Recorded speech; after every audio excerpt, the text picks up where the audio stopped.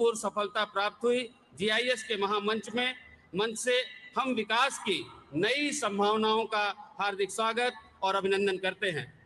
दूरगामी दृष्टि एवं सही दिशा वाली डबल इंजन की सरकार के कारण हम सब आज इस विराट आयोजन के साक्षी बन रहे हैं, जहां एक ओर अयोध्या, काशी, मथुरा की दिव्यता, प्रयाग का महाकुंभ दुनिया भर में सनातन धर्म को मानने वालों को गदगद कर रहा है, तो वहीं दूसरी ओर डिफेंस कॉरिडोर, डाटा सेंटर, जेवर airport, logistic park, pharma park, film city जैसे महत्वपूर्ण परियोजनाओं से इंडस्ट्री, इंफ्रास्ट्रक्चर, इकोनॉमी को भी उत्तरोत्तर नई ऊंचाई मिल रही है।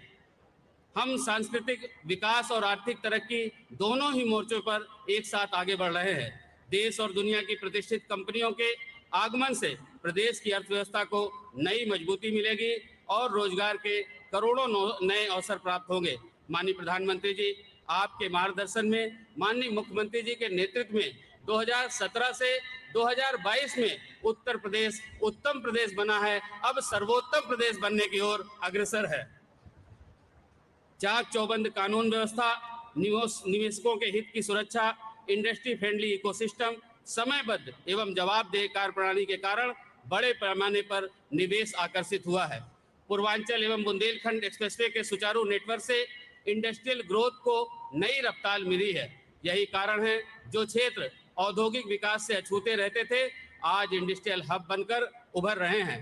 माननीय प्रधानमंत्री जी, आपकी गरिमामयी उपस्थिति में आज का यह आयोजन उत्तर प्रदेश की औद्योगिक विकास की यात्रा में अविस्मरणीय अध्याय के रूप में दर्ज हो रहा है। माननीय मुख्यमंत्री जी के यशस्वी नेतृत्व में उत्तर प्रदेश $1 ट्रिलियन की इकोनॉमी बनने के महामार्ग पर ठोस कदमों के साथ आगे बढ़ रहा है। इस पंडाल में मौजूद प्रत्येक निवेशक का संकल्प से सिद्धि और सिद्धि से समृद्धि की यात्रा में सहभागी बनने के लिए सभी का हृदय से आभार व्यक्त करता हूं। माननीय प्रधानमंत्री जी, आपके बहुमूल्य समय के लिए कोटि कोटि आभार करते हुए आपके लिए इस पंडाल में मौजूद एक एक व्यक्ति के हृदय की भावना को 2 पंक्तियों के माध्यम से कहते हुए अपनी वाणी को विराम देता हूं। मोदी जी के पास है जागीर जब ईमान की, मोदी जी के पास है जागीर जब ईमान की, मुस्कुराए फिर न क्यों तस्वीर हिंदुस्तान की, मुस्कुराए फिर न क्यों तस्वीर हिंदुस्तान की। जय हिंद, जय Bharat.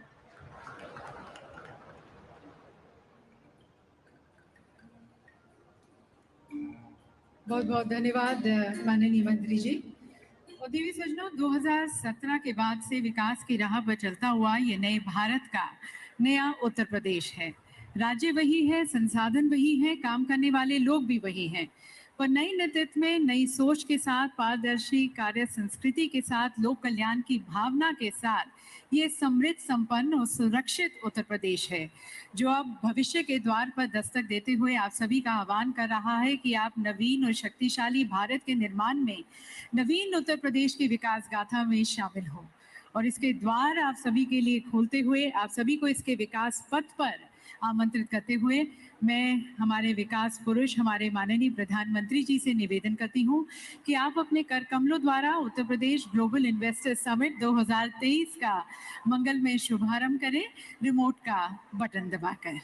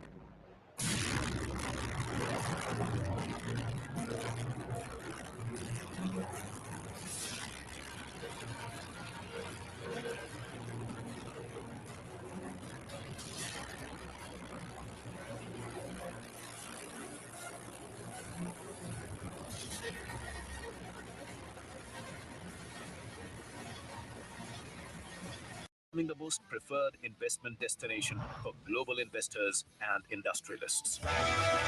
One of the fastest growing Indian states, UP ranks high in ease of doing business, with zero tolerance policy against crime and corruption. Known for its cultural vibrance, value system, and 250 million populace, UP is not only India's single largest consumer market, but also a bountiful supplier of skilled human resources.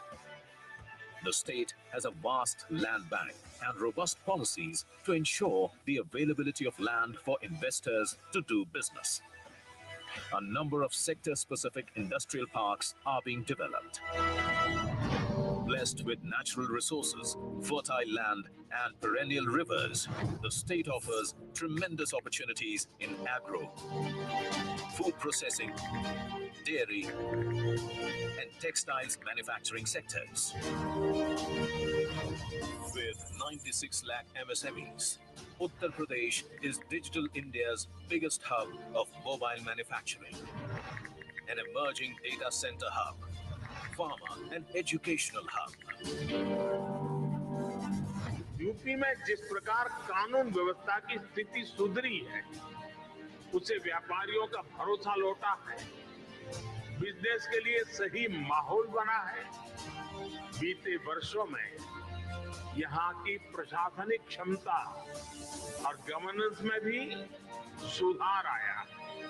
Inspired by PM's Vocal for Local movement, UP is high on promoting indigenous products under One District, One Product project. Our defense corridor is helping India become Atmanirbhar in the defense sector. The state is a haven for cultural, spiritual, and eco-tourism businesses too.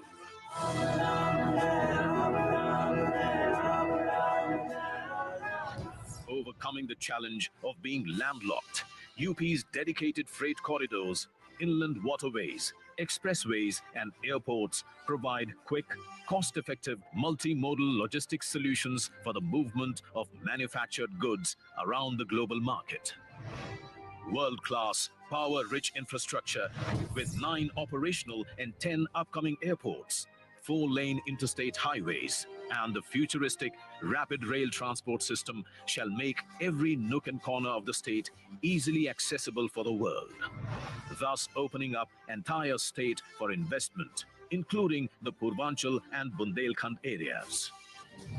To ensure an investor-friendly ecosystem based on transparency and trust, the government of Uttar Pradesh has come up with Invest UP 2.0, a comprehensive investor services framework under which a single-window MOU monitoring portal, Nivesh Sarathi, has been developed to provide one-stop solutions for investors.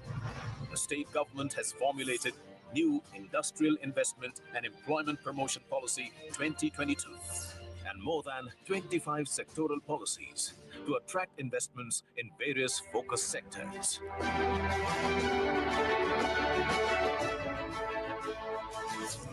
Catapult the state towards becoming a $1 trillion economy, we followed a global to local approach. After thorough consultation with all stakeholders, the newly formed policies were showcased internationally, then nationally, and then to the existing domestic investors within UP, generating immense global investor interest. Today, the Uttar Pradesh Global Investors Summit 2023 brings together policymakers, corporate leaders, business delegations, academia, think tanks, and leaders from across the globe to collectively explore business opportunities and forge global investment ties in Uttar Pradesh. Opportunities shall also spike employment opportunities for the state's young and skilled workforce. As India enters its Amrit Kaal, the golden period of independence, the government of Uttar Pradesh, under the guidance of our Honorable Prime Minister Shri Narendra Modi, ensures you all of the most conducive business environment and a vibrant ecosystem for sustainable growth that shall play a pivotal role in India's journey to become a $5 trillion economy. come aboard on our global takeoff to become the most favored business destination.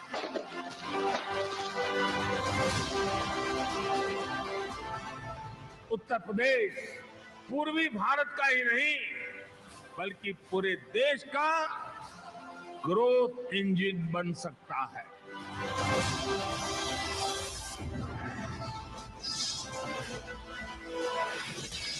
Uttar Pradesh, New India's growth engine. ये नया उत्तर प्रदेश है, विकास की राह पर चलता हुआ।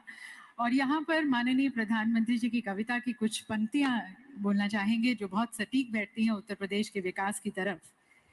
आसमान में सिर उठाकर घने बादलों को चीरकर रोशनी का संकल्प ले, अभी तो सूरज उगा है।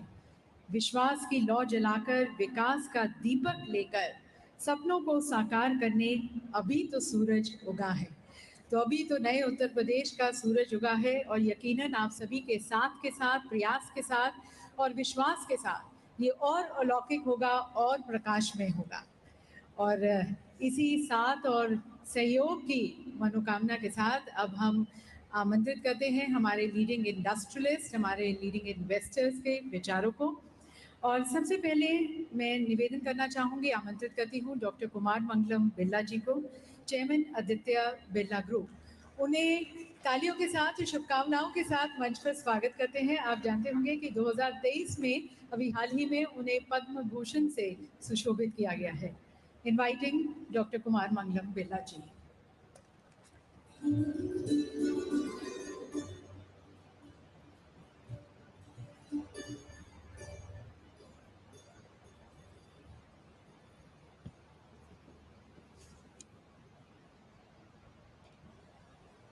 Honorable Prime Minister Shri Narendra Modi ji, Honorable Chief Minister of Uttar Pradesh Shri Yogi Adityanath ji, Honorable Defence Minister Shri Rajnath Singh ji, Honorable Governor of UP Srimati Anandiben, distinguished ministers, government officials, ladies and gentlemen.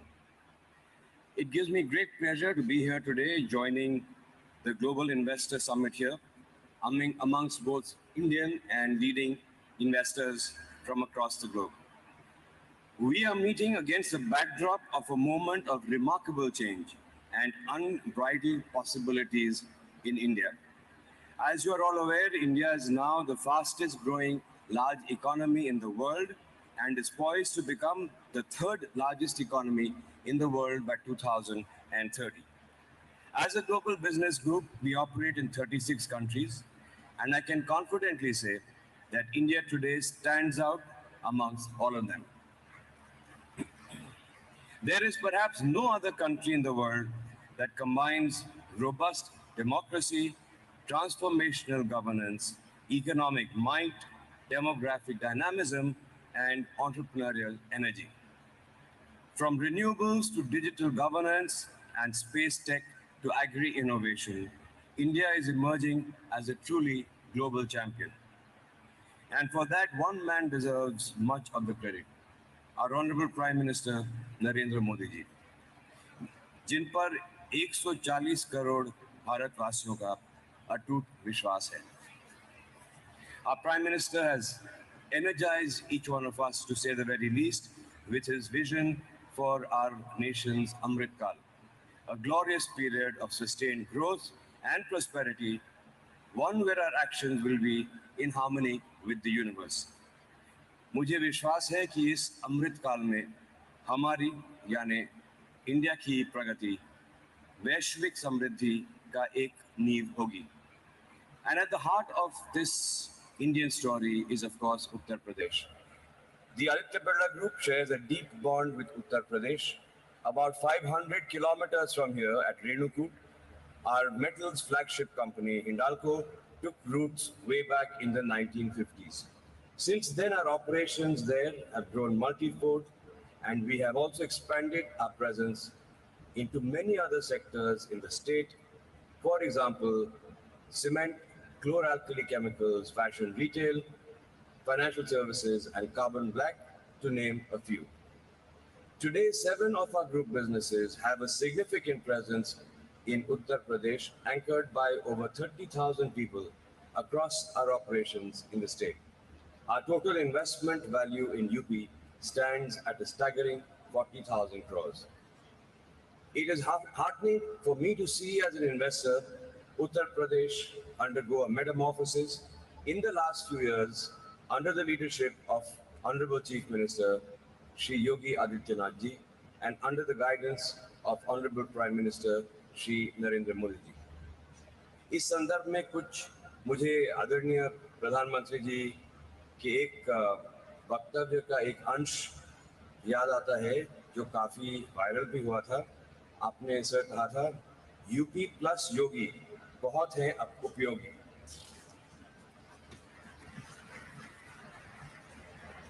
Uttar Pradesh was always known for being the most populous state in India for its agrarian base and for its proximity to the national capital region. However, it was a laggard in industrial development despite having a large consumption base. That picture is slowly and dramatically changing thanks to a pragmatic and industry-friendly administration and rapid pace of infrastructure development. The scale of infrastructure projects and their pace of implementation here are both remarkable. Be it the state-of-the-art highway projects crisscrossing the length and breadth of the state, the metro rail projects or the new airports, the state is upgrading its infrastructure in a transformative way. The government has also made significant strides in terms of ease of doing business. It was ranked second in the ease of doing business survey of the central government. Its Nivesh Mitra portal, which is a dedicated single window system, has won huge appreciation from investors. To further build upon its attractiveness for investors, the Uttar Pradesh government has recently launched a new industrial investment and employment promotion policy that targets making the state a $1 trillion economy. Investors are already taking note of the changing face of Uttar Pradesh. In the 3 years ending September 2022, the state has attracted FDI worth $1.1 billion, which is more than what it has attracted over the first 2 decades of this century.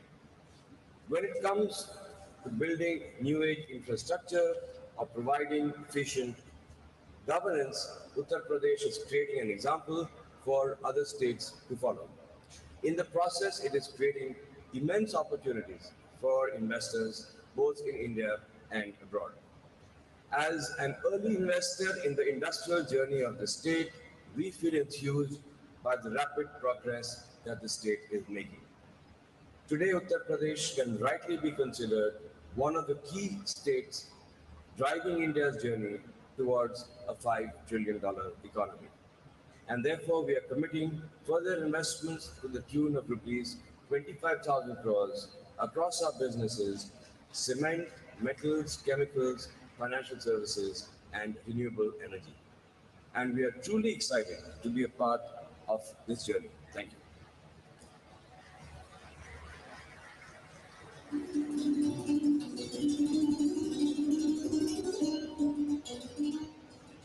Thank you, sir, for sharing with us the impressive footprints which you have casted here and the further futuristic plans you have.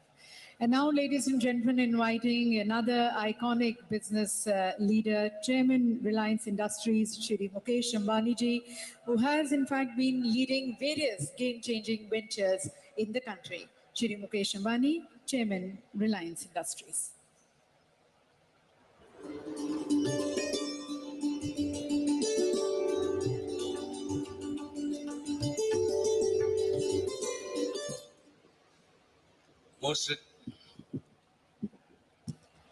Most respected Prime Minister Shri Narendra Modi ji, respected Governor Srimati Anandiben Patel, respected Defence Minister Shri Rajnath Singh ji, respected Chief Minister Shri Yogi Adityanath ji, distinguished dignitaries, my esteemed friends from industry and business, आप सभी को मेरा सादर नमस्कार। Uttar Pradesh global investor summit विकास का एक महाकुंभ है। यहाँ दूसरी बार आना मेरे लिए सौभाग्य की बात है। लखनऊ पुण्य नगरी है, लक्ष्मण की नगरी है। उत्तर प्रदेश पुण्य भूमि है, प्रभु रामचंद्र जी की भूमि है। गंगा यमुना सरस्वती के संगम की भूमि है। परम आदरणीय प्रधानमंत्री जी, our nation has transformed remarkably since you have become Prime Minister in 2014. Guided by your vision and driven by a laser-sharp focus on execution, a bold new India is taking shape. An India which will fulfill the aspirations of its 1.4 billion citizens. Modi ji, you have aptly said that India has now entered its Amrit Kal. This year's budget has indeed laid the foundation for India's emergence as a developed nation. It stands out for its highest ever resource allocation for building the foundation for country's growth in terms of capital expenditure. This is bound to not only boost economic growth, but also achieve greater social welfare. I am confident that India is on a very strong growth path, and there are four main reasons for my conviction.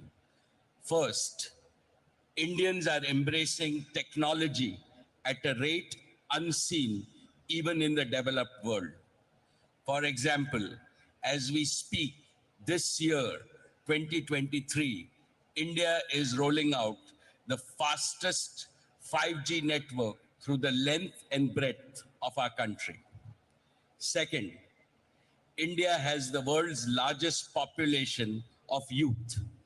Our youth is brimming with entrepreneurial energy and passion.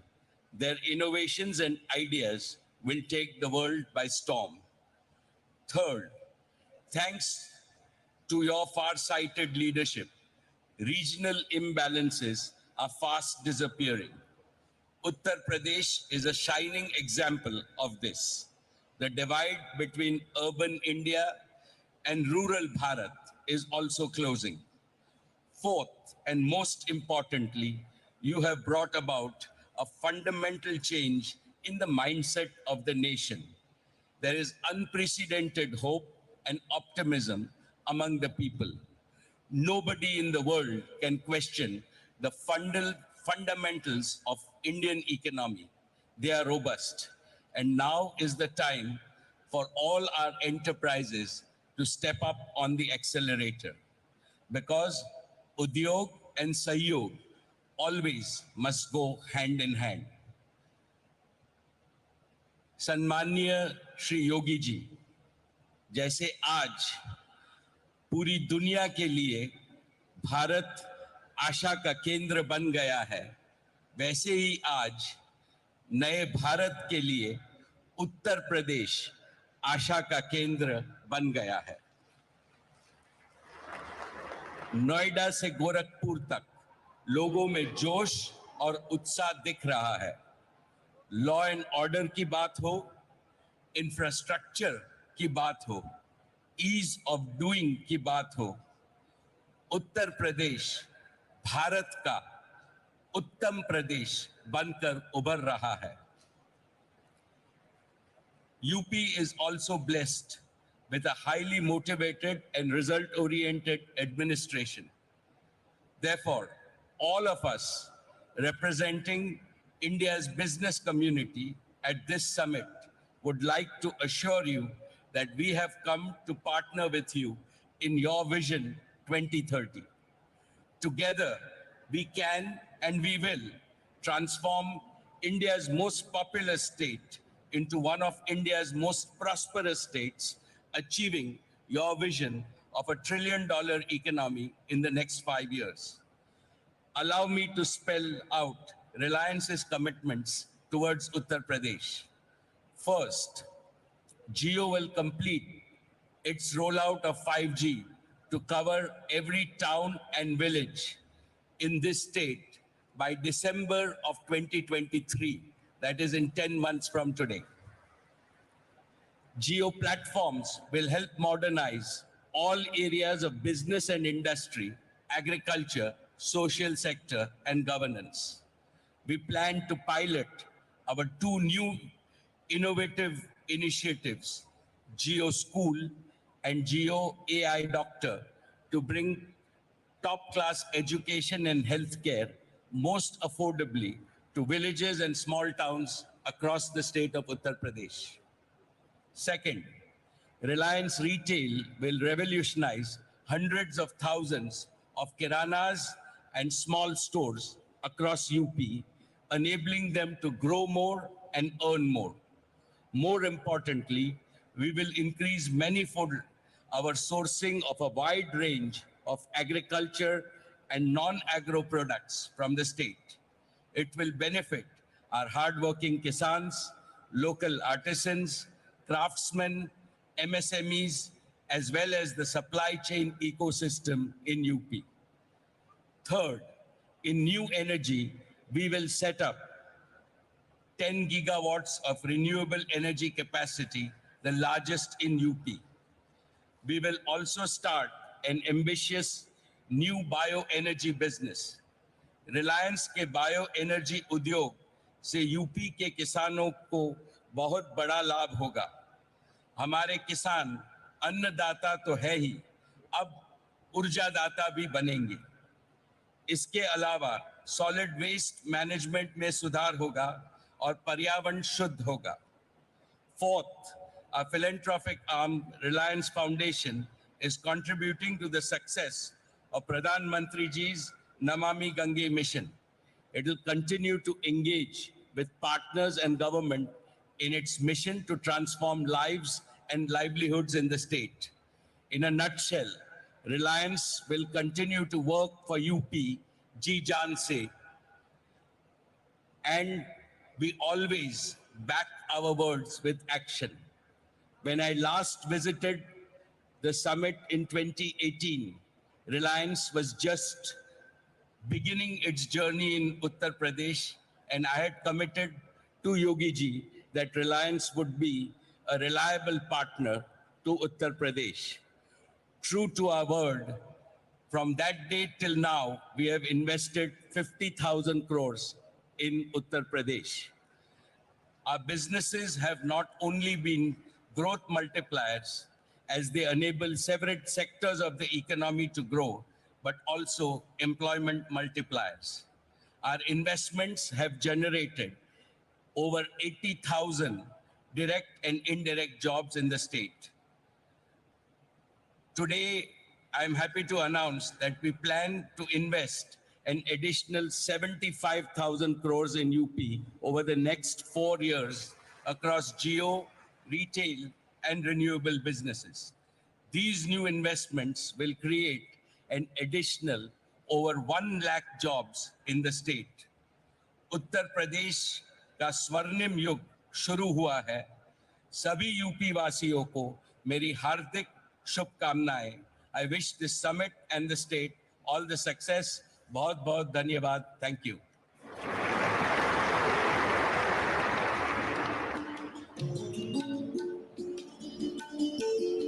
बहुत बहुत धन्यवाद sir, Uttar Pradesh की उन्नति और प्रगति में और अपना सहयोग देने का.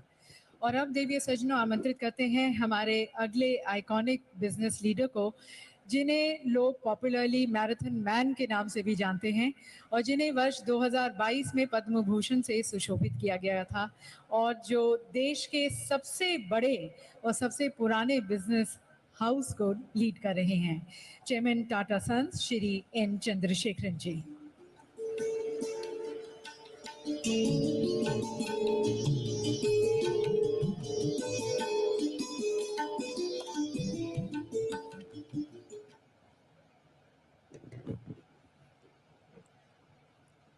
Honorable Prime Minister Shri Narendra Modi ji, respected Governor on the Benji, respected Chief Minister of Uttar Pradesh, Yogi Adityanath ji,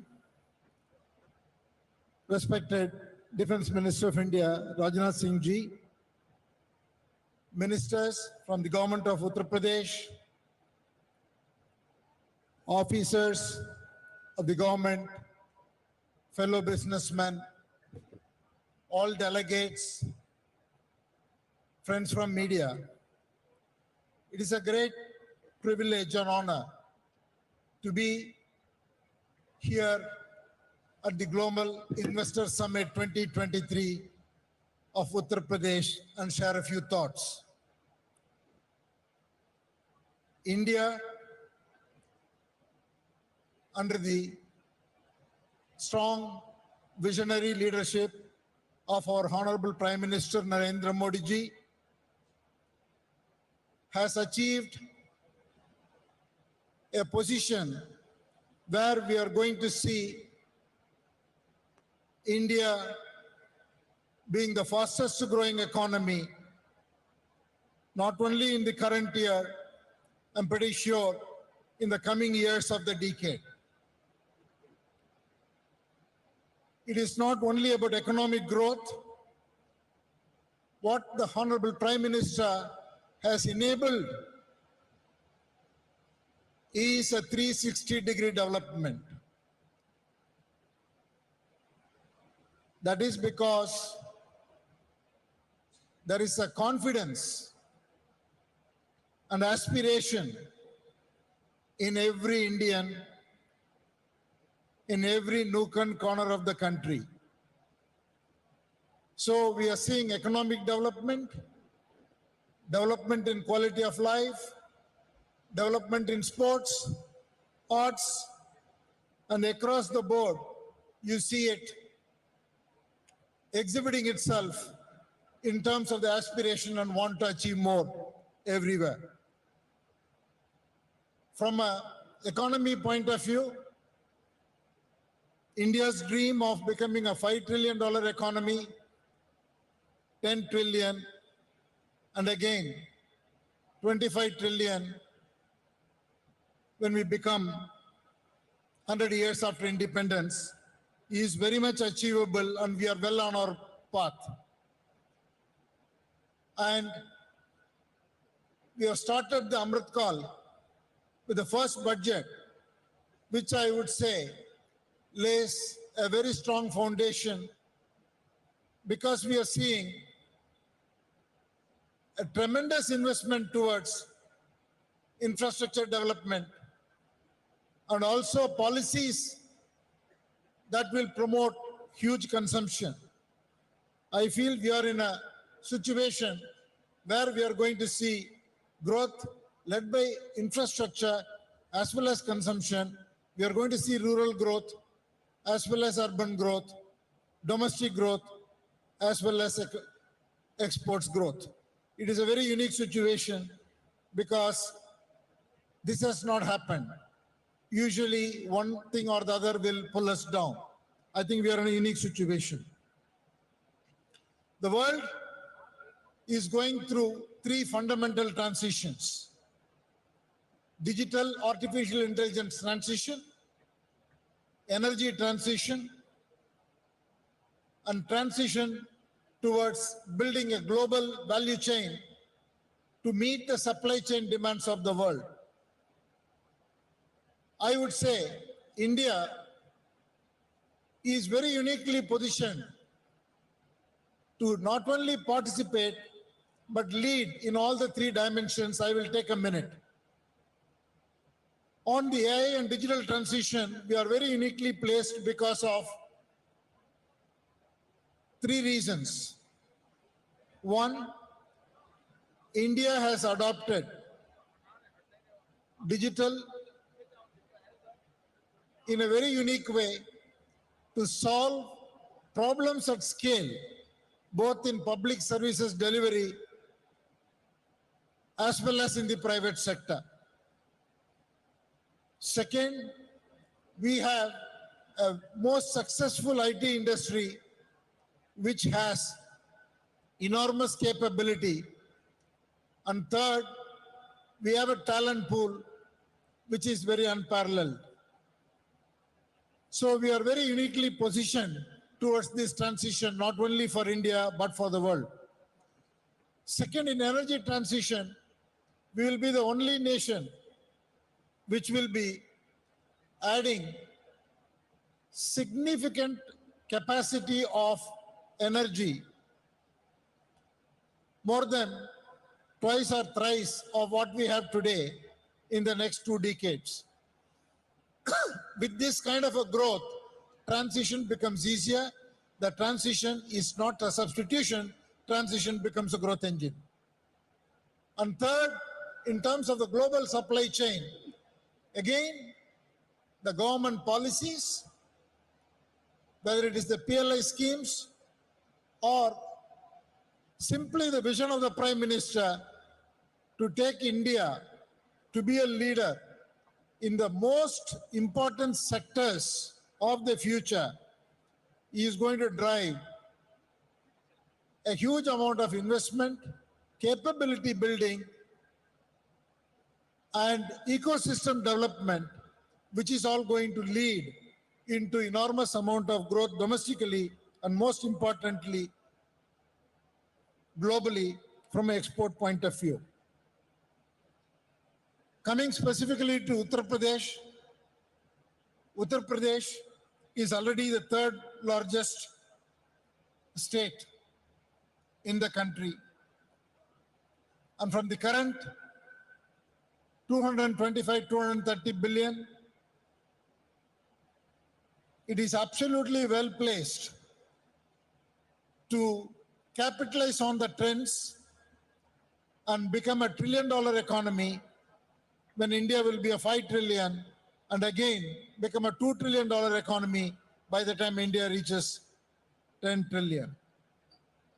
There are 3 or 4 sectors which are very suitably placed.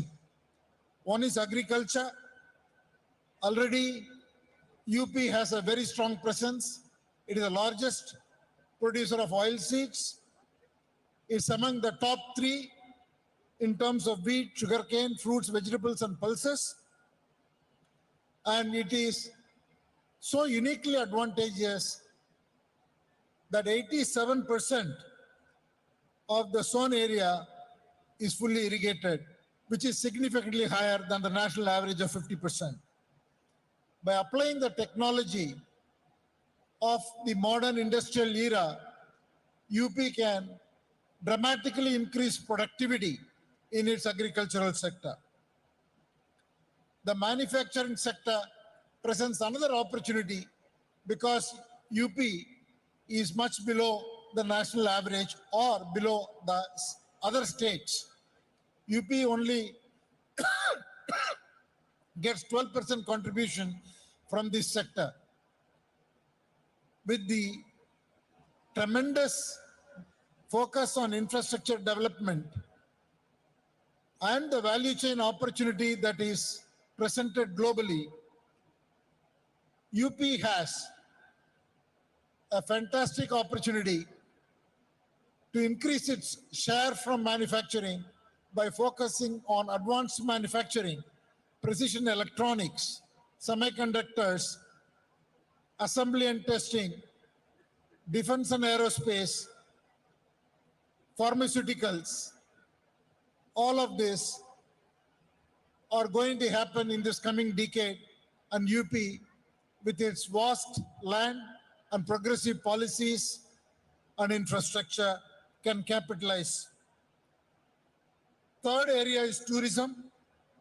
Already UP is the largest in terms of attracting foreign visitors. Close to 5 million tourists from abroad visit UP. UP is most uniquely positioned because of its history, because of the UNESCO heritage sites, 24 wildlife sanctuaries, and Varanasi, the Jyotirling, and a number of religious places which are of huge significance, both for domestic tourists and for international tourists. The tourism opportunity in UP is unparalleled to any other place. So these three growth engines can significantly contribute to Uttar Pradesh's dream of becoming a $1 trillion economy, and in the process can address a lot of jobs and address quality of life, as well as bring down the inequality that exists between the different 75 states and bring a range which is much closer, where the per capita income and quality of life can lift all people in the state of Uttar Pradesh. A few words on Tata Group. Tata Group has a long history of presence in the state, from our steel company to automotive company, and a large presence of TCS, and all our retail companies, financial services companies, Tata Advanced Systems, Tata Power. 18 companies of the state of the Tata Group are deeply present. And today, more than 50,000 people work in the state of Uttar Pradesh. We are on a huge expansion across all our companies in the state. Our hotel business sees tremendous opportunities in the state because of the tourism that's going to come, both religious tourism as well as wildlife and other aspects that will attract tourists. Air India has a detailed plan to connect every part of UP to the rest of India and potentially to the important destinations of the world. And we are already having huge investments in Noida, both from a TCS point of view and also from Air India point of view. And I'm happy to say that we are going to build an integrated multimodal air cargo through Air India sets with our partner Zurich Airport in the new Jawahar Airport.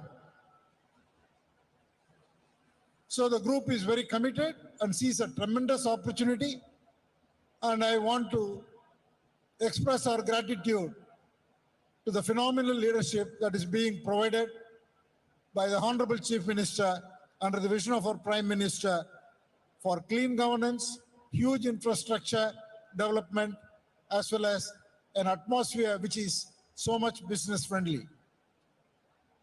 I wish the summit a grand success, and thank you for giving me this opportunity.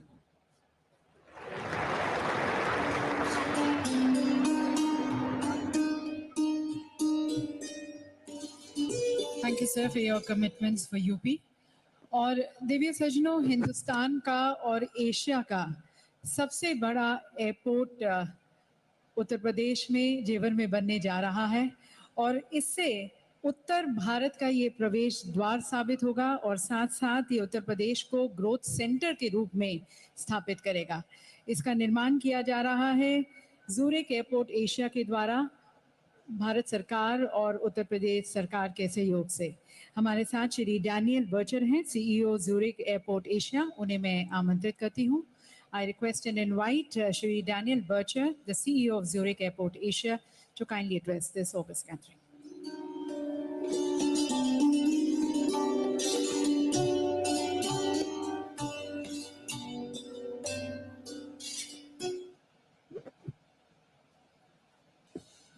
Honorable Prime Minister of India, Shri Narendra Modi ji, Honorable Defense Minister, Shri Rajnath Singh ji, Honorable Governor of UP, Madam ji, Honorable Chief Minister of Uttar Pradesh, Shri Yogi Adityanath ji, Member of Union Cabinet Ministers, Member of the Cabinet of Ministers of the Uttar Pradesh government, members of the Parliament, and members of the Uttar Pradesh Vidhan Parishad and Vidhan Sabha, friends and colleagues from the corporate world, members of the media, and ladies and gentlemen.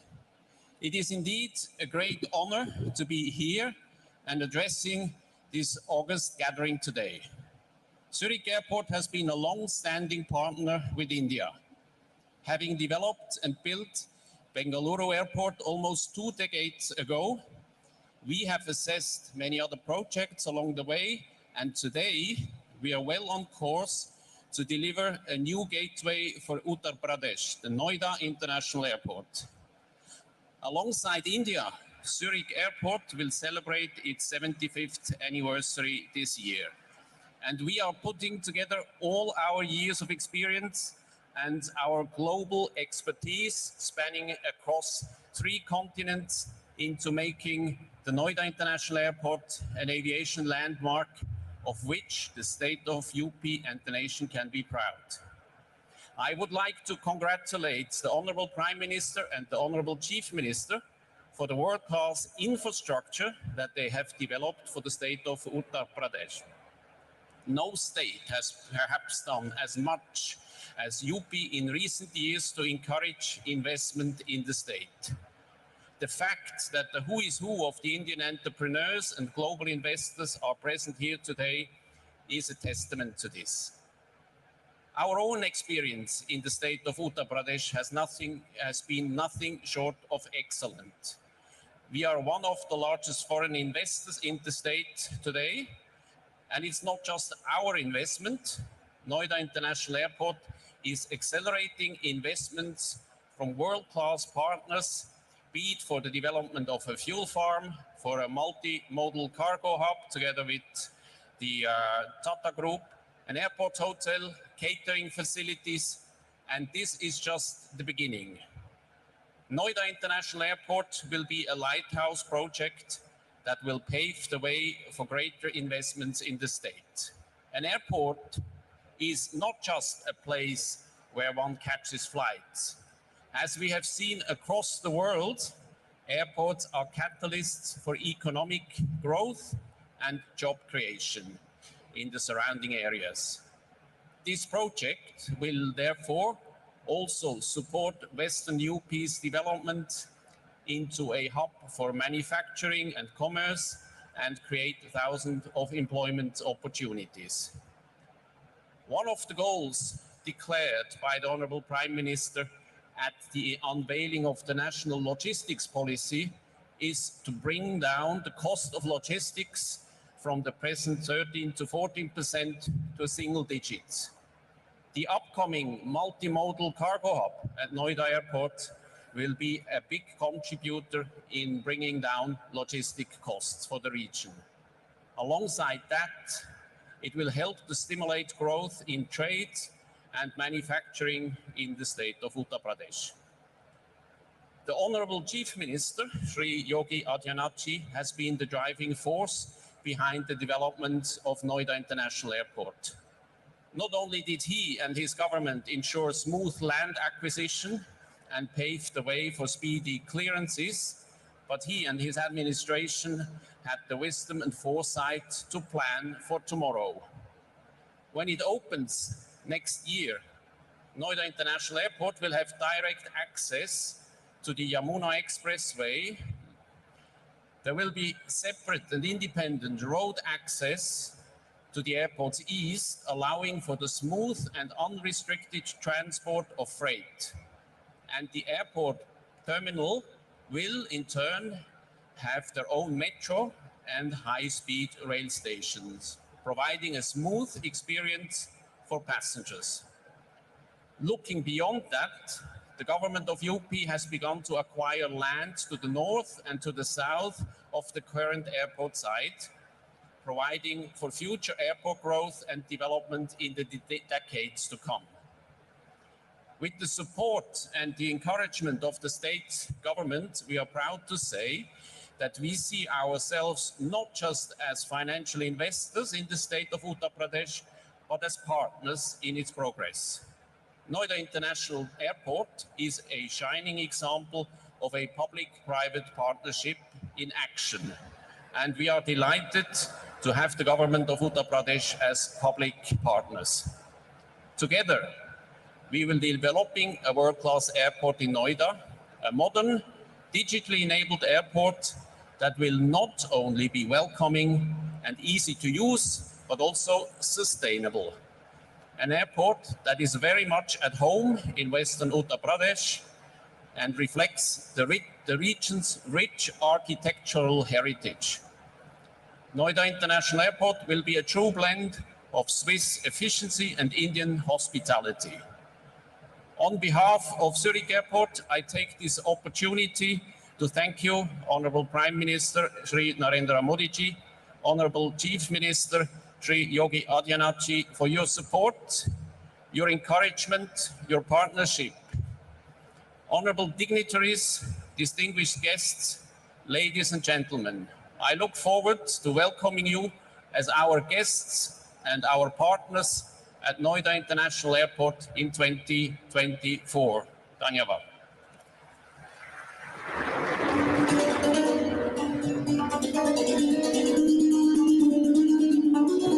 Thank you, sir, for your expression of faith and confidence in UP, and thank you for your support. और देवी सजनों, भारत का 60% mobile manufacturing और 55% mobile component manufacturing Uttar Pradesh में होता है, और उसकी तरफ leading company है डिक्सन टेक्नोलॉजीज। उनके chairman Dixon Technology Shri Sunil Bachhani ji को मैं आमंत्रित करती हूँ इस सभागार को संबोधित करने के लिए।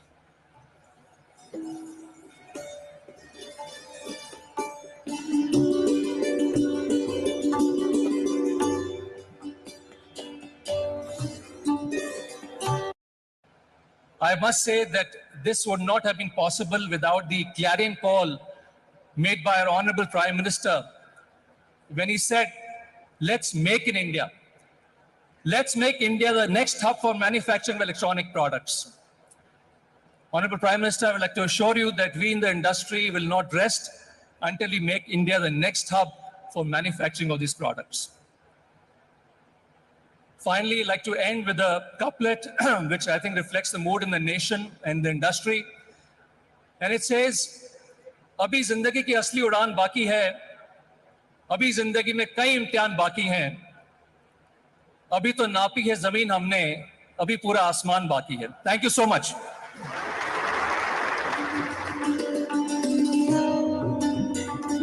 ऐसा भी समय देखा है जब तमाम संसाधनों और उपयुक्त परिस्थितियों के बावजूद लोग बिजनेस के क्षेत्र में आने से हिचकिचाने लगे थे। यानी स्यूडो सेकुलरिज्म, छद्म समाजवाद के नाम पर इंडस्ट्रियलिस्ट को न केवल आगे बढ़ने से रोका गया, बल्कि स्थापित उद्योगों को भी बड़ा नुकसान पहुंचाया गया। समाज में ऐसा हीन दृष्टिकोण बन गया था जो औद्योगिक एवं व्यापारिक गतिविधियों को ऐसे देखता था मानवीय सभ्य समाज से अलग कोई गतिविधि हो।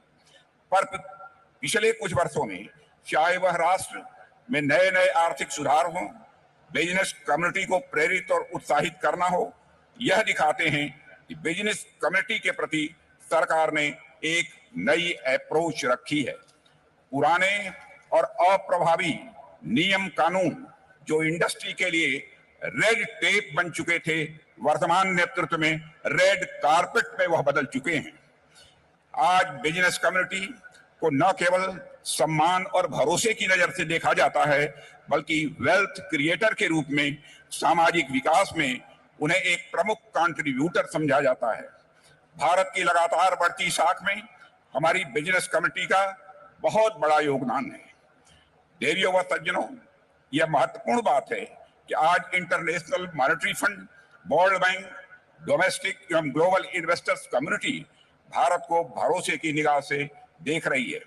पर इससे भी महत्वपूर्ण बात यह है कि आज देश के नागरिकों में देश के नेतृत्व पर, देश की संभावनाओं और क्षमता पर एक नया भरोसा पैदा हुआ है। मोदी जी के मुख्यमंत्रित्व काल में गुजरात ने जो ऊंची विकास की दर हासिल की थी, वह पूरी दुनिया में चर्चा के साथ साथ रिसर्च का विषय बन गया था। अब जब मां गंगा के आदेश पर आपने उत्तर प्रदेश का हाथ थामा है, तो कोई कारण नहीं कि यह उत्तर प्रदेश भी विकास और समृद्धि की वही रफ्तार न पकड़े जो किसी समय गुजरात ने पकड़ी थी। पिछले कुछ समय में उत्तर प्रदेश इन्वेस्टर्स के लिए एक अत्यंत भरोसेमंद डेस्टिनेशन के रूप में यह उत्तर प्रदेश उभरा है। प्रदेश के बहुत ही लगनशील और कर्मठ मुख्यमंत्री श्री योगी आदित्यनाथ के नेतृत्व में यूपी ने अपने नाम यानी अप को लगातार सार्थक किया है। अब यूपी मतलब हेल्थ अप, यूपी मतलब एजुकेशन अप, यूपी मतलब स्किल अप, यूपी मतलब इंफ्रास्ट्रक्चर अप, यूपी मतलब इन्वेस्टमेंट अप और यूपी मतलब इन्वेस्टमेंट का रिटर्न अप। यह हो गया है। कुछ साल पहले स्थिति यह हो गई थी कि यूपी में इन्वेस्ट वेस्ट समझा जाने लगा था, पर आज यूपी में इन्वेस्ट बेस्ट समझा जाने लगा है। प्रधानमंत्री जी, आज दुनिया के बड़े बड़े आर्थिक विशेषज्ञों और इन्वेस्टमेंट फर्म्स का यह मानना है कि 21वीं शताब्दी आपके नेतृत्व और दिशा निर्देश में भारत की सदी बनने जा रही है। आज भारत विश्व में इन्वेस्टमेंट का मोस्ट अट्रैक्टिव डेस्टिनेशन बन चुका है। मेरा यह विश्वास है कि दुनिया की विकास की धुरी भारत की अर्थव्यवस्था बनेगी और उसमें उत्तर प्रदेश एक प्रभावी ग्रोथ इंजन की भूमिका निभाएगा। यूपी राइजिंग यानी अप राइजिंग और इंडिया राइजिंग एक ही सिक्के के दो पहलू हैं। देवियों व सज्जनों, आज की समिट में आप लोगों का पार्टिसिपेशन और पिछले कुछ समय में यूपी में हुआ अच्छा खासा इन्वेस्टमेंट इसका एक बहुत बड़ा प्रमाण है। नेतृत्व बदल जाने से कैसे पूरा परिदृश्य बदल जाता है, उत्तर प्रदेश समेत पूरा देश इसका जीता जागता उदाहरण है। पिछले 7-8 वर्षों में ऐसा नहीं है कि संसाधन बहुत बदल गए हों, ऐसा नहीं है कि लोग दूसरे आ गए हों। बावजूद इसके हमारा देश अगर इतना बदला है तो इसलिए क्योंकि नेतृत्व बदला है। आने वाले समय में उत्तर प्रदेश समेत पूरा राष्ट्र विकास का शिखर चूमेगा। राष्ट्र अपनी आभा से संपूर्ण विश्व को आलोकित करेगा, ऐसा मेरा विश्वास है। और इसका रास्ता इस तरह के इन्वेस्टर समिट से ही होकर गुजरता है। मैं इसकी सफलता की हृदय से शुभकामना देता हूं और एक बार फिर माननीय प्रधानमंत्री जी को अपने व्यस्ततम कार्यक्रम में से समय निकालकर और हम सबके मार्गदर्शन के लिए यहाँ पर उपस्थित होने पर मैं उन्हें धन्यवाद देता हूं और आप सभी को धन्यवाद देते हुए यहीं पर अपना निवेदन समाप्त करता हूं।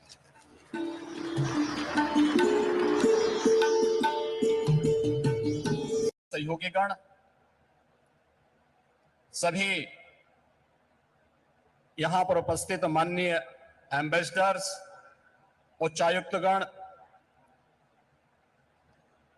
देश और दुनिया के उद्योग जगत के सभी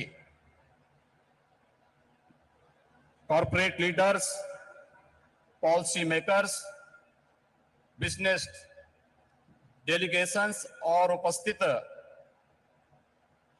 सभी उपस्थित निवेशक बंधुओं, मैं आप सबका असीम संभावना वाले इस प्रदेश में उत्तर प्रदेश की 25 करोड़ जनता की ओर से आदरणीय प्रधानमंत्री जी का Uttar Pradesh global investor summit के आज के इस आयोजन में हृदय से स्वागत करता हूं, अभिनंदन करता हूं। हम सब जानते हैं उत्तर प्रदेश ने विगत 6 वर्ष के अंदर जो कुछ भी उपलब्धि हासिल करने की दिशा में प्रयास प्रारंभ किया है, आदरणीय प्रधानमंत्री जी के रिफॉर्म, परफॉर्म और ट्रांसफॉर्म के मूल मंत्र को अंगीकार करते हुए उनके नेतृत्व और मार्गदर्शन में ही उसे हासिल किया है। आज जब देश अपनी आजादी के अमृत काल के प्रथम वर्ष में प्रवेश किया है, इन स्थितियों में उत्तर प्रदेश को अपना दूसरा इन्वेस्टर समिट और ग्लोबल इन्वेस्टर समिट के माध्यम से वैश्विक निवेशक समुदाय को, policy makers, corporate leadership, business delegations, शिक्षाविदों, पॉलिटिकल एंड गवर्नमेंट लीडरशिप को एक कॉमन प्लेटफॉर्म बनाने का यह मंच उन उपलब्धियों को आदरणीय प्रधानमंत्री जी के विजन के अनुरूप उत्तर प्रदेश की अर्थव्यवस्था को $1 ट्रिलियन की इकोनॉमी बनाने की दिशा में प्रयास का एक अभिन्न हिस्सा है। मुझे बताते हुए प्रसन्नता है कि इस ग्लोबल इन्वेस्टर समिट में नीदरलैंड, डेनमार्क, सिंगापुर, जापान, दक्षिण कोरिया, ऑस्ट्रेलिया, इटली, संयुक्त अरब अमीरात, यूनाइटेड किंगडम और मॉरिशस हमारे पार्टनर कंट्री के रूप में अपना योगदान दे रहे हैं, ताकि दुनिया के तमाम अन्य देशों के प्रतिनिधि इस आयोजन में शामिल होकर के इसे सफल बना करके वास्तव में एक निवेश के महाकुंभ के रूप में इसे एक नया स्वरूप प्रदान किए हैं। आदरणीय प्रधानमंत्री जी, ग्लोबल इन्वेस्टर समिट के लिए आपके मार्गदर्शन के उपरांत उत्तर प्रदेश के हमारे मंत्रिमंडल के समूह ने दुनिया के 16 देशों की 21 शहरों में रोड शो के आयोजन किए थे। उन सभी देशों में भारतीय मिशन से जुड़े हुए हमारे माननीय राजदूतों ने उन्हें भरपूर सहयोग देकर के आपके विजन के अनुरूप उत्तर प्रदेश में ट्रेड, टूरिज्म एंड टेक्नोलॉजी के उस अभियान को आगे बढ़ाने के लिए अपना बहुत महत्वपूर्ण योगदान दिया। इसके साथ ही देश के 10 बड़े महानगरों में भी इन रोड शोज के आयोजन किए गए और आज जब यहां पर आपका मार्गदर्शन हम सबको प्राप्त होने वाला है तो न केवल प्रदेश की राजधानी लखनऊ में 10,000 से अधिक यहां पर आए हुए उद्योग, देश के दुनिया के प्रमुख उद्योगपतियों, निवेशकों तथा बिजनेस डेलीगेशंस की उपस्थिति में, बल्कि उत्तर प्रदेश के सभी 75 जनपदों में भी ये कार्यक्रम एक साथ संचालित हो रहा है।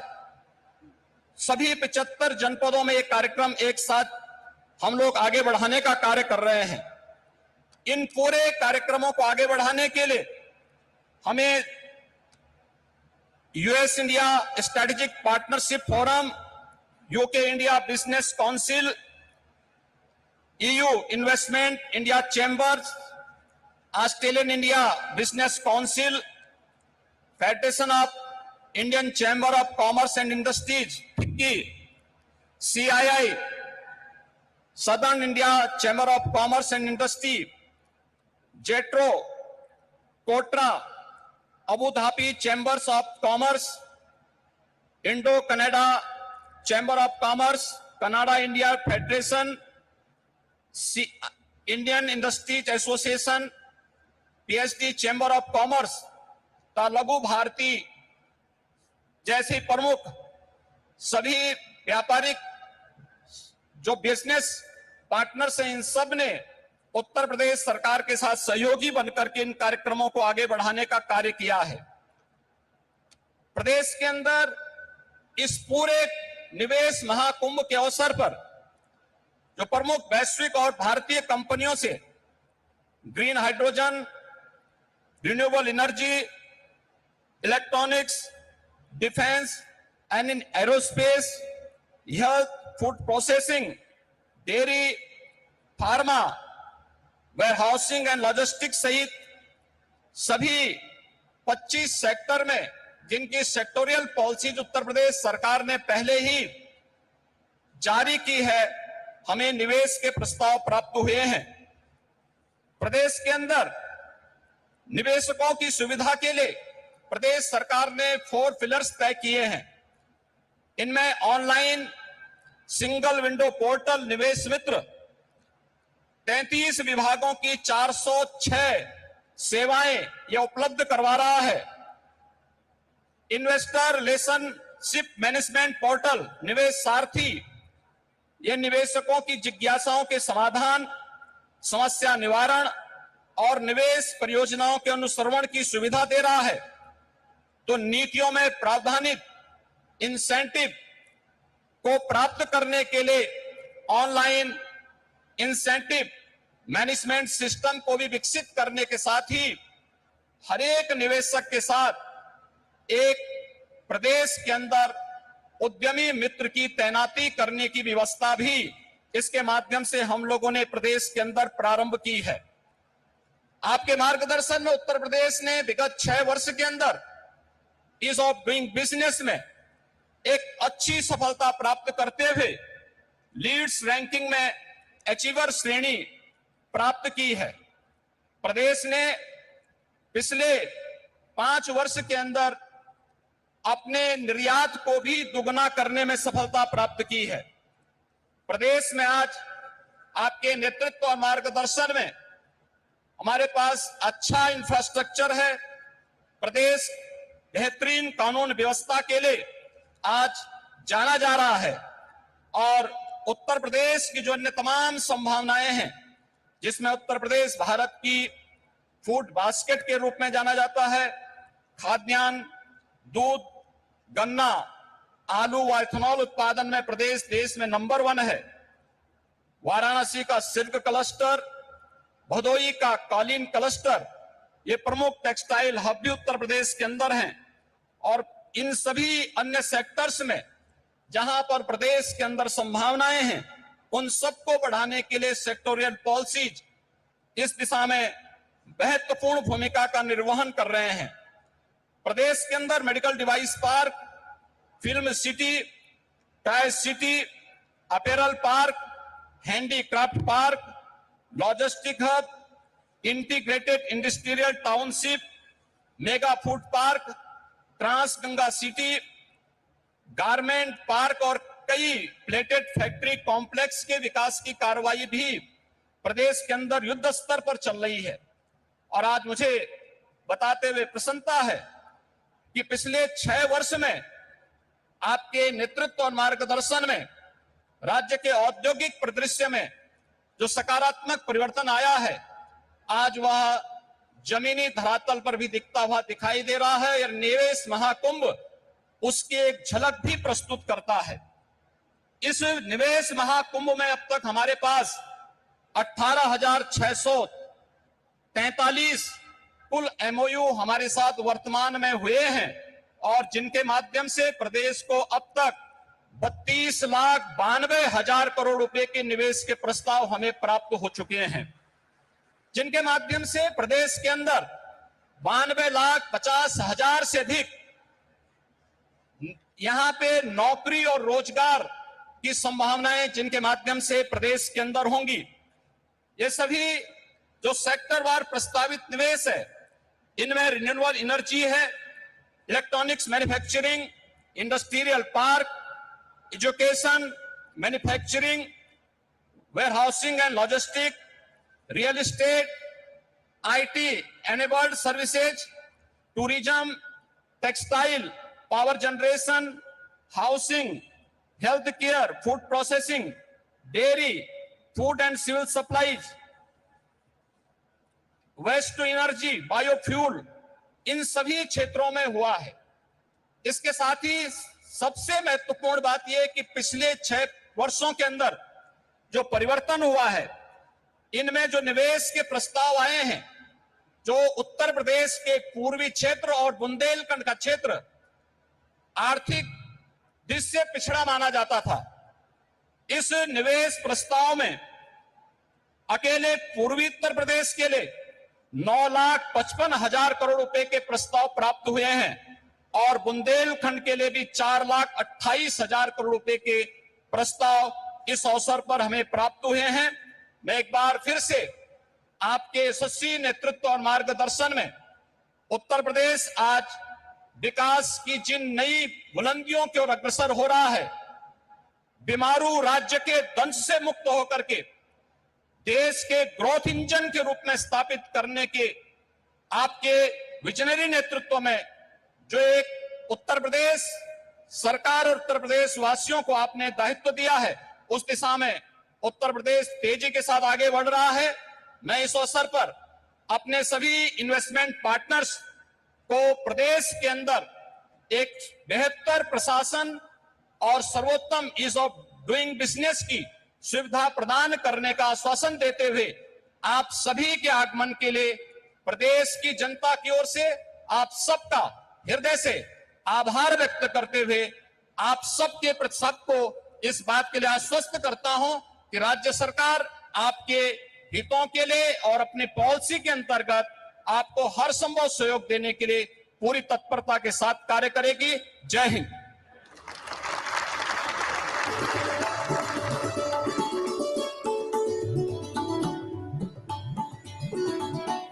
बहुत बहुत धन्यवाद माननीय मुख्यमंत्री जी। और देवी सज्जनों, माननीय प्रधानमंत्री जी के रूप में इस देश को एक ऐसे नेता और एक ऐसे कप्तान मिले हैं जिन्होंने भारत को एक वैश्विक खिलाड़ी और साथ साथ विश्व पटल पर एक आर्थिक महाशक्ति के रूप में स्थापित किया है। एक ऐसे जननायक जो देश को एक जीवंत और समावेशी समाज के रूप में विकसित करने की तरफ निरंतर प्रयास कर रहे हैं और जिनकी कार्य संस्कृति के केंद्र बिंदु में सर्वप्रथम नागरिक हैं। और एक ऐसे सीईओ जिन्होंने भारत में ईज ऑफ डूइंग बिजनेस सुनिश्चित करने की तरफ अनेक गवर्नेंस रिफॉर्म्स इंट्रोड्यूस किए हैं, जिसके कारण निवेशक आज उत्साहित भी है, प्रोत्साहित भी है, सुरक्षित भी महसूस कर रहा है और भारत आज एक प्रेफर्ड इन्वेस्टमेंट डेस्टिनेशन बन गया है। इससे पहले कि मैं माननीय प्रधानमंत्री जी को यहाँ पर उनके संबोधन के लिए आमंत्रित करूँ, हमारे प्रदेश प्रधान माननीय श्री योगी आदित्यनाथ जी स्वयं प्रधानमंत्री जी का विशेष रूप से आभार व्यक्त करना चाहेंगे अपने 25 करोड़ के परिवारजन की तरफ से। तो मैं माननीय श्री योगी आदित्यनाथ जी से निवेदन करती हूँ कि वे प्रधानमंत्री जी के साथ यहाँ पर हमारे साथ मंच पर आएँ और एक सभी की तरफ से एक छोटी सी भेंट आभार व्यक्त करते हुए हम प्रधानमंत्री जी को देना चाहेंगे, उनके नेतृत्व के लिए, उनके मार्गदर्शन के लिए और साथ साथ उनके आशीर्वाद के लिए। माननीय प्रधानमंत्री जी हम सबके मार्गदर्शक हैं, उन्हीं के मार्गदर्शन में ये भारत आगे बढ़ रहा है और न केवल हर क्षेत्र में भारत आगे बढ़ा है पर भारत की सोच भी बदली है। माननीय प्रधानमंत्री जी को यहाँ पर श्री गणेश की एक मूर्ति भेंट कर हम प्रधानमंत्री जी का आभार व्यक्त करते हैं।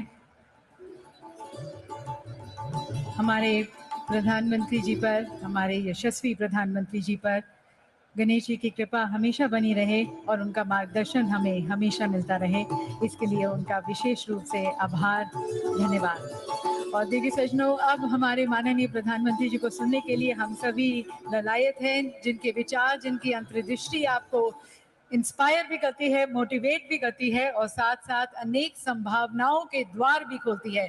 देवी सज्जनों, माननीय श्री नरेंद्र मोदी जी।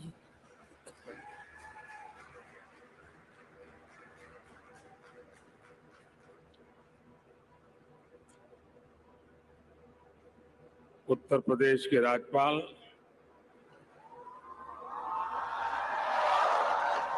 श्रीमती आनंदीबेन पटेल, उत्तर प्रदेश के मुख्यमंत्री योगी आदित्यनाथ जी, उप मुख्यमंत्री केशव प्रसाद मौर्य जी, ब्रजेश पाठक जी, केंद्रीय मंत्रिमंडल में मेरे वरिष्ठ सहयोगी और यही लखनऊ के प्रतिनिधि श्रीमान राजनाथ सिंह जी, विभिन्न देशों से आए सभी वरिष्ठ महानुभाव, यूपी के सभी मंत्रीगण,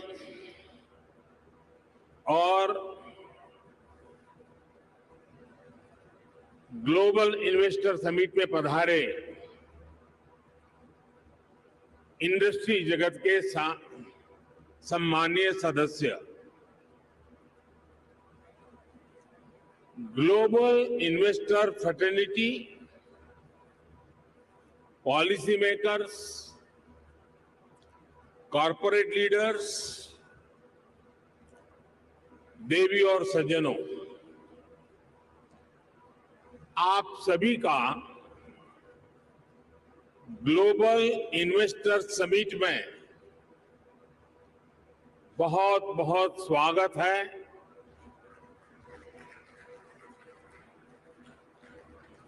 आप सोच रहे होंगे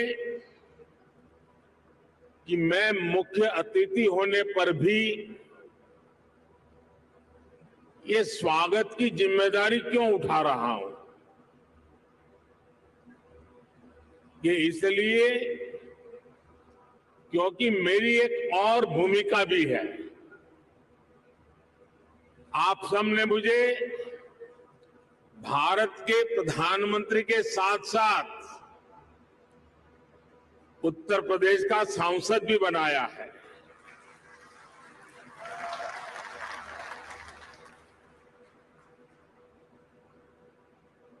उत्तर प्रदेश के प्रति मेरा एक विशेष स्नेह है और यूपी के लोगों के प्रति मेरी एक विशेष जिम्मेदारी भी है। मैं आज उस दायित्व को भी निभाने के लिए आज इस समिट का हिस्सा बना हूं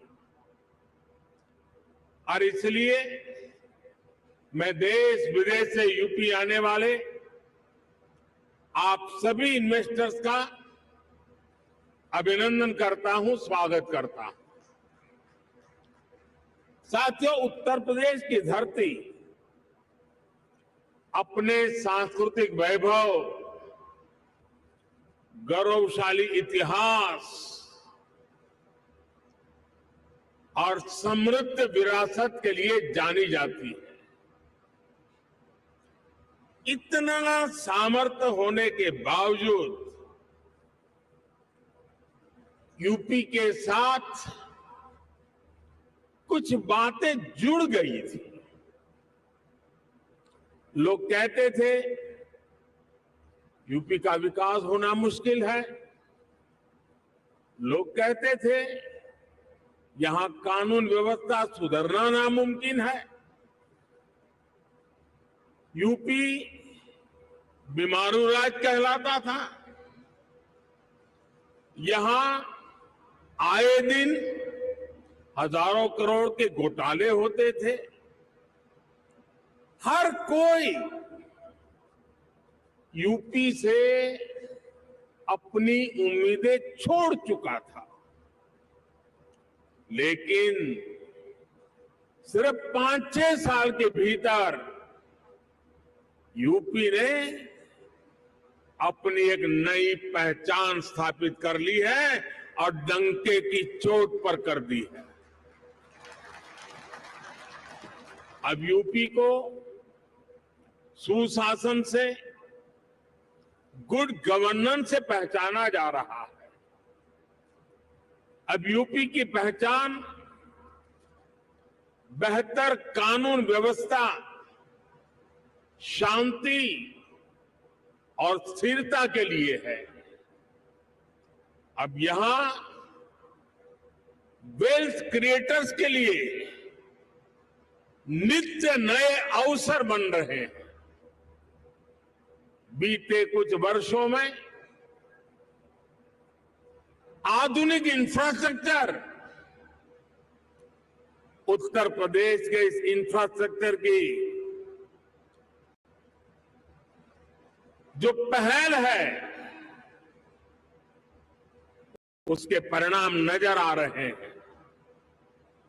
बिजली से लेकर कनेक्टिविटी तक हर क्षेत्र में सुधार आया है।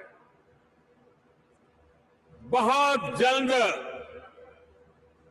यूपी देश के उस इकलौते राज्य के तौर पर भी जाना जाएगा जहां 5 इंटरनेशनल एयरपोर्ट है।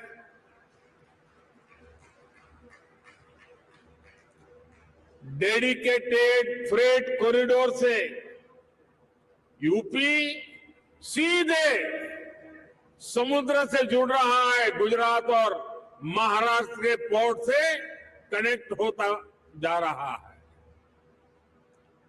इंफ्रास्ट्रक्चर के साथ साथ यूपी में सरकारी सोच और अप्रोच में ईज ऑफ डूइंग बिजनेस के लिए सार्थक बदलाव आया है। साथियों, आज यूपी एक आशा, एक उम्मीद बन चुका है।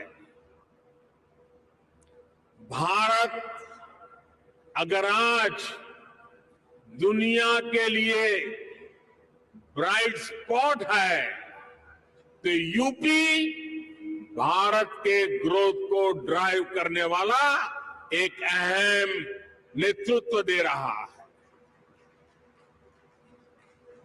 साथियों, आप सभी इंडस्ट्री के दिग्गज यहां हैं। आप में से अधिकतर को एक लंबा अनुभव भी है। दुनिया की वर्तमान स्थिति भी आप सभी से छुपी नहीं है। आप भारत की इकोनॉमी के आज के सामर्थ्य और यहां के मैक्रो और माइक्रो इकोनॉमिक फंडामेंटल्स को भी बहुत बारीकी से देख रहे हैं। आखिर पैंडेमिक और वॉर के शॉक के बाहर निकलकर भारत फास्टेस्ट ग्रोइंग इकोनॉमी कैसे बना है। आज दुनिया की हर क्रेडिबल वॉइस ये मानती है कि भारत की अर्थव्यवस्था ऐसे ही तेजी से आगे बढ़ती रहेगी। आखिर ऐसा क्या हुआ कि वैश्विक संकट के इस दौर में भारत ने न सिर्फ रेजिलियंस दिखाया बल्कि रिकवरी भी उतनी ही तेजी से की। साथियों, इसके पीछे सबसे बड़ा कारण है भारतीयों का खुद पर बढ़ता भरोसा, खुद पर आत्मविश्वास। आज भारत के यूथ की सोच में, भारत के समाज की सोच और एस्पिरेशंस में एक बड़ा बदलाव देखने को मिल रहा है। आज भारत का हर नागरिक ज्यादा से ज्यादा विकास होते देखना चाहता है। वो अब भारत को जल्द से जल्द विकसित होते देखना चाहता है। भारत के समाज की एस्पिरेशंस आज सरकारों को भी पुश कर रही है और यही एस्पिरेशंस विकास के कार्यों में भी गति ला रही है। और साथियों, मत भूलिए कि आज आप जिस राज्य में बैठे हैं उसकी आबादी करीब 25 करोड़ है। दुनिया के बड़े बड़े देशों से भी ज्यादा सामर्थ्य अकेले उत्तर प्रदेश में है। पूरे भारत की तरह ही आज यूपी में एक बहुत बड़ी एस्पिरेशनल सोसाइटी आपका इंतजार कर रही है। साथियों, आज भारत में सोशल, फिजिकल और डिजिटल इंफ्रास्ट्रक्चर पर जो काम हुआ, उसका बड़ा लाभ यूपी को भी मिला है। इस कारण आज यहां समाज सोशली एंड फाइनेंशियली बहुत अधिक इंक्लूसिव हो चुका है, कनेक्टेड हो चुका है। एक मार्केट के रूप में भारत अब सीमलेस हो रहा है। सरकारी प्रक्रियाएं भी सरल हो रही है। मैं अक्सर कहता हूं कि आज भारत आउट ऑफ कंपल्सन नहीं, बल्कि आउट ऑफ कन्विक्शन रिफॉर्म करता है। यही कारण है कि भारत 40,000 से अधिक कंप्लायंसेस को खत्म कर चुका है, दर्जनों पुराने कानूनों को खत्म कर चुका है। साथियों, आज भारत सही मायने में स्पीड और स्केल के रास्ते पर चल पड़ा है। एक बहुत बड़े वर्ग की बेसिक जरूरतों को हमने पूरा कर लिया है, इसलिए वो एक लेवल ऊपर की सोचने लगा है, आगे की सोचने लगा है। यही भारत पर भरोसे का सबसे बड़ा कारण है। साथियों, कुछ दिन पहले भारत सरकार का जो बजट आया है, उसमें भी आपको यही कमिटमेंट साफ साफ दिखेगा। इंफ्रास्ट्रक्चर पर रिकॉर्ड खर्च आज सरकार कर रही है और हर वर्ष इसको हम बढ़ा रहे हैं। इसलिए आज आपके लिए इंफ्रास्ट्रक्चर में इन्वेस्टमेंट के नए मौके बन रहे हैं। आज आपके लिए हेल्थ, एजुकेशन, सोशल इंफ्रास्ट्रक्चर में इन्वेस्टमेंट के भी अनेक अवसर हैं। ग्रीन ग्रोथ के जिस रास्ते पर भारत चल पड़ा है, उसमें तो मैं आपको विशेष रूप से आमंत्रित करता हूं। इस वर्ष के बजट में 35,000 करोड़ रुपए तो हमने सिर्फ एनर्जी ट्रांजिशन के लिए रखे हैं। ये दिखाता है कि हमारा इरादा क्या है। मिशन ग्रीन हाइड्रोजन हमारे इसी इरादे को बुलंद करता है।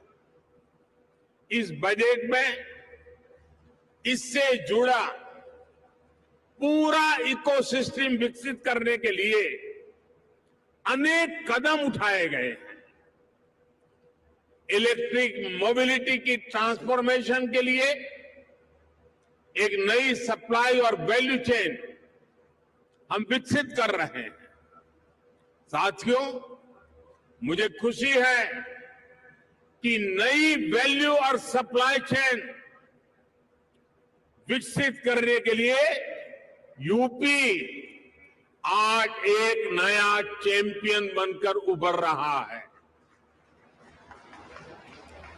परंपरा और आधुनिकता से जुड़े उद्योगों का, एमएसएमईज का एक बहुत ही सशक्त नेटवर्क आज उत्तर प्रदेश में वाइब्रेंट है। यहां भदोही के कालीन और बनारसी सिल्क है, भदोही कारपेट क्लस्टर और वाराणसी सिल्क क्लस्टर भी, और उसकी वजह से यूपी भारत का टेक्सटाइल हब है। आज भारत के कुल मोबाइल मैन्युफैक्चरिंग में 60% से भी ज्यादा मोबाइल अकेले उत्तर प्रदेश में होता है। मोबाइल कंपोनेंट की सबसे ज्यादा मैन्युफैक्चरिंग भी यूपी में ही होती है। अब देश के 2 डिफेंस कॉरिडोर्स में से एक यूपी में बन रहा है। यूपी डिफेंस कॉरिडोर पर तेजी से काम चल रहा है। आज made in India defence equipments की डिमांड निरंतर बढ़ रही है। भारतीय सेना को भी हम अधिक से अधिक made in India defence system, defence platforms देने के लिए प्रतिबद्ध है। और इस महान काम का नेतृत्व इसी लखनऊ की धरती के हमारे कर्मवीर राजनाथ सिंह जी संभाल रहे हैं। ऐसे समय में जब भारत एक वाइब्रेंट डिफेंस इंडस्ट्री का विकास कर रहा है, तो फर्स्ट मूवर एडवांटेज आपको जरूर लेना चाहिए। साथियों, उत्तर प्रदेश में तो डेयरी, फिशरीज, एग्रीकल्चर और फूड प्रोसेसिंग सेक्टर में अनेक संभावनाएं हैं।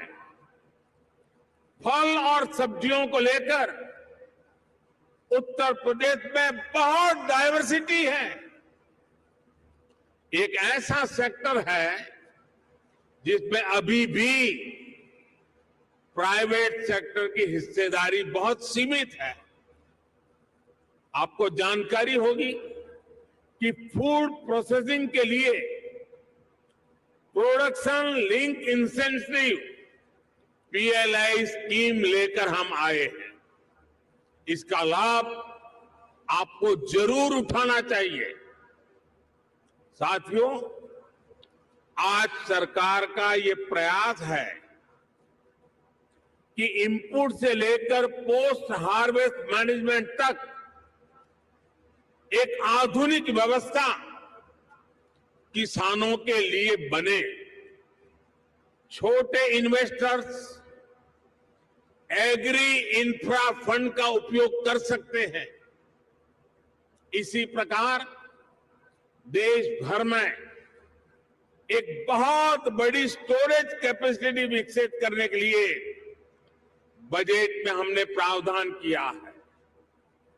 ये भी छोटे निवेशकों के लिए बहुत बढ़िया मौका है। साथियों, आज भारत का बहुत अधिक हमारा फोकस क्रॉप डाइवर्सिफिकेशन पर है।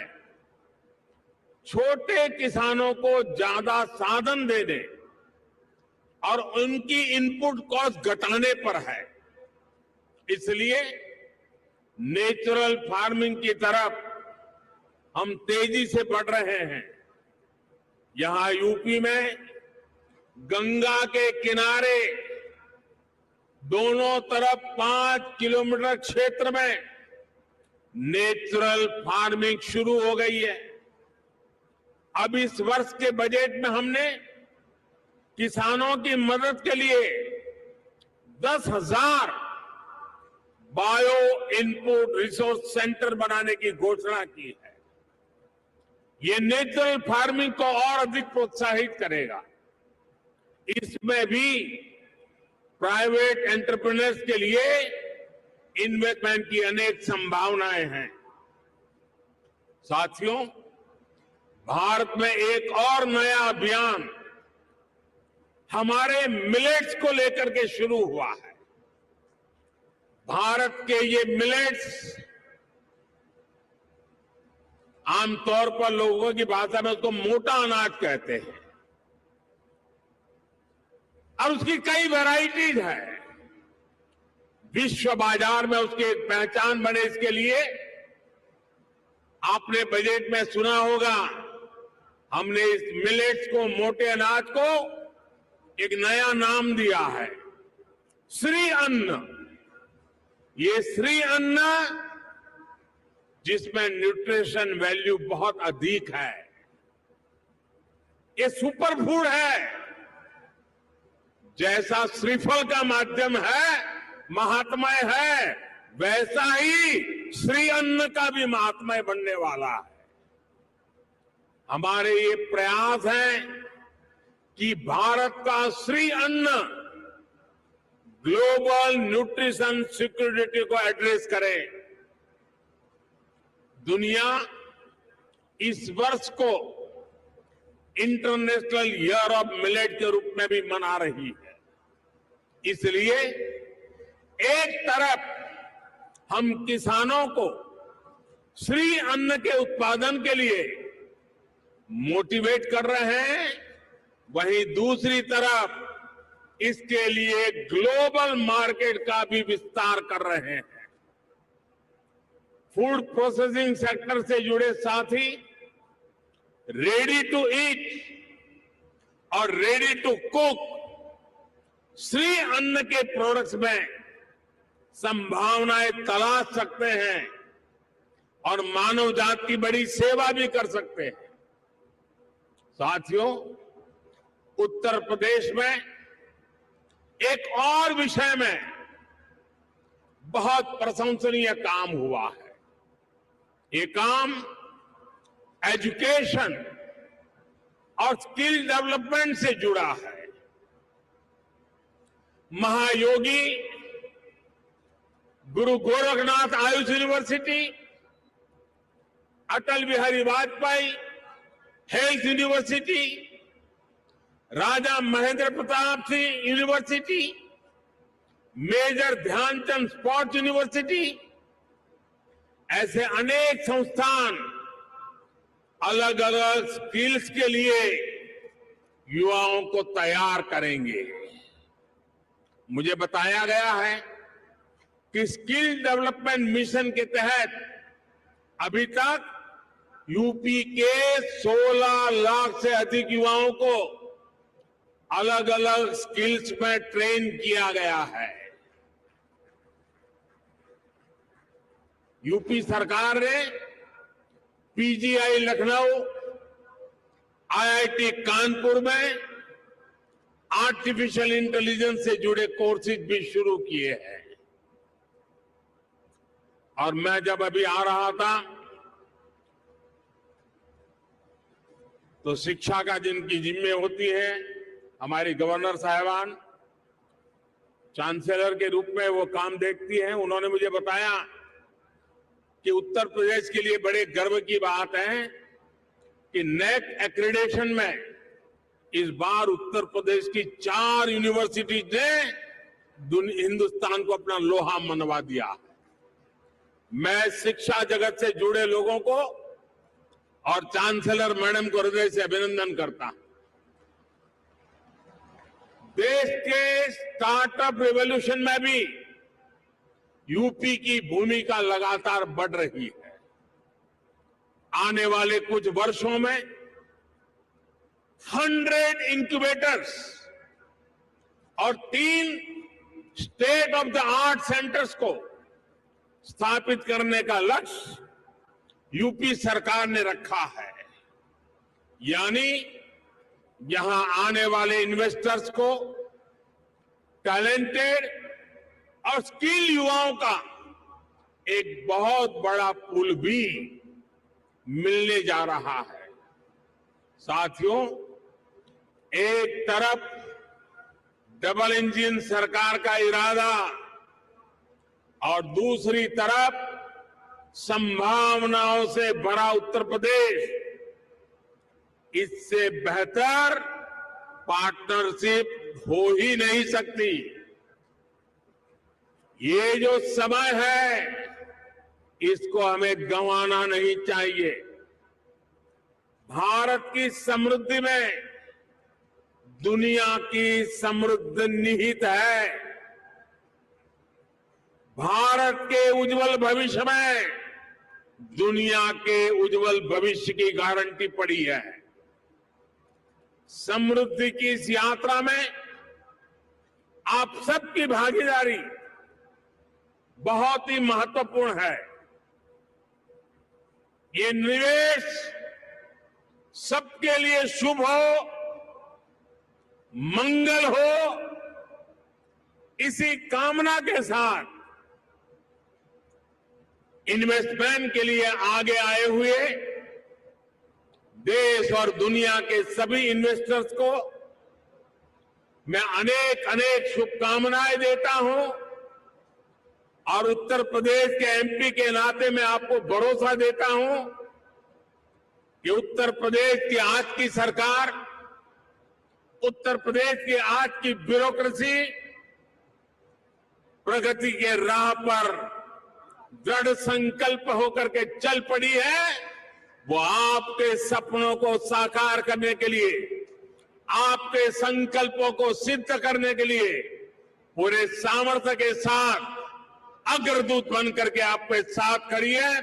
इसी विश्वास के साथ मैं फिर एक बार देश और दुनिया के इन्वेस्टर्स को हमारे उत्तर प्रदेश की धरती पर निमंत्रण करता हूं, स्वागत करता हूं। बहुत बहुत धन्यवाद।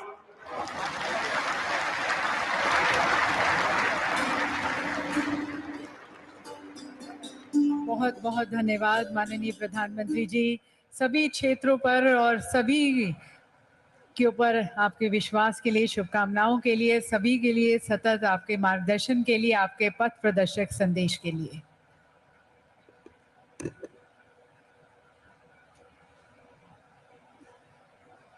देवी सज्जनों, माननीय प्रधानमंत्री जी के विचारों ने, उनके अंतर्दृष्टि में हमें एक राह दिखाई है आगे और बढ़ने की, और एक सभी में नया उत्साह, नया जोश, नई ऊर्जा भरी है।